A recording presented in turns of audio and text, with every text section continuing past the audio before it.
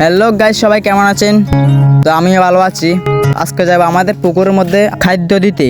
তো আমরা প্রথমে আদা খাদ্যগুলো নিয়ে বেরিয়ে গেলাম।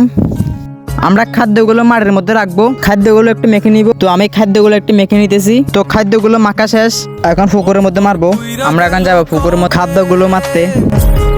খাদ্যগুলো অনেক বাইরে হওয়ার কারণে আমার ছোট ভাই আমাকে সাহায্য করতেছে। তো আমরা ফাইনালি চলে আসলাম পুকুরের ঘাটে। খাদ্যগুলো পানিতে মারতে লাগলাম। দেখেন আমাদের পুকুরটা কত বড়।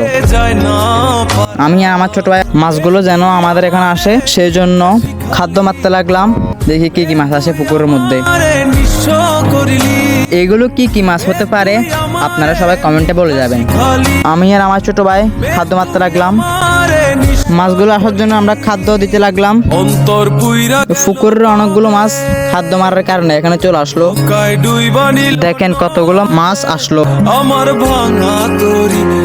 খাদ্য খাওয়ার জন্য এখানে অনেকগুলো মাছ চলে আসলো। আমি মাছের জন্য খাদ্য মারতে লাগলাম। তো আমি ওখানে খাদ্য মেরে আরেক জায়গায় চলে আসলাম। ওখানে দেখেন কতগুলো মাছ। আমাদের পুকুরের মধ্যে অনেকগুলো মাছ আছে। আমার ভিডিওটা কেমন লাগছে আমাকে সবাই কমেন্টে বলে যাবেন। ভিডিওটা সুন্দর লাগলে সবাই একটু লাইক কমেন্ট শেয়ার করে দেবেন, যেন পরবর্তী আপনাদেরকে আমি আরো সুন্দর সুন্দর ভিডিও দিতে পারি। তো আজকে ভিডিওটা পর্যন্ত, সবাই ভালো থাকবেন।